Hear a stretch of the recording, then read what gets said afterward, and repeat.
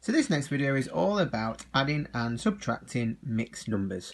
Now the first step what we've got to do is convert our mixed numbers into improper fractions, which we've looked at in a previous video. So the first thing we do is we've got 1 times 3 there, which means that we can put a whole one back in to make 4 thirds.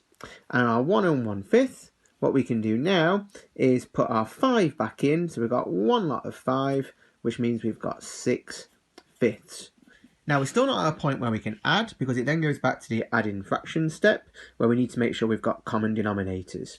So if we've got a 3 and we've got a 5, what we can then do is use 15ths. So put them both over 15 and then make sure we've got our equivalent fractions. So to get to our 15 here, we've multiplied our 3 by 5, which means we've got to times our 4 by 5. So 4 times by 5 is 20. And on this one over here, we multiplied our 5 by 3 to get to our 15th, which means we've got to multiply our 6 by 3, which is 6, 12, 18. Now we are in a position where we can do our addition step because we've got common denominators. So 20 plus 18 is 38 15ths. Now we can then simplify this back into a mixed number by using our 15 times table, because 2 lots of 15 is 30, which means we've got 2 whole ones and 8 15ths.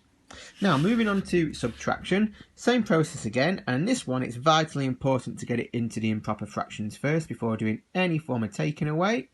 So the first one we're going to look at is putting our whole one back into 8 here. So we've got 1 times 8, which means we've now got 15 eighths. And on this number here, where we've got 1 and 1/4, we're going to put our 4 back in, which means we've got 5 quarters. Again, we can't do the subtraction step yet because we've not got our common denominators. And this one, we just need to change to put it over 8 because it's using the 4 times table. So we can stay with our 15 eighths, and now we can take away a number of 8. So to get from that 4 to the 8, we've times it by 2.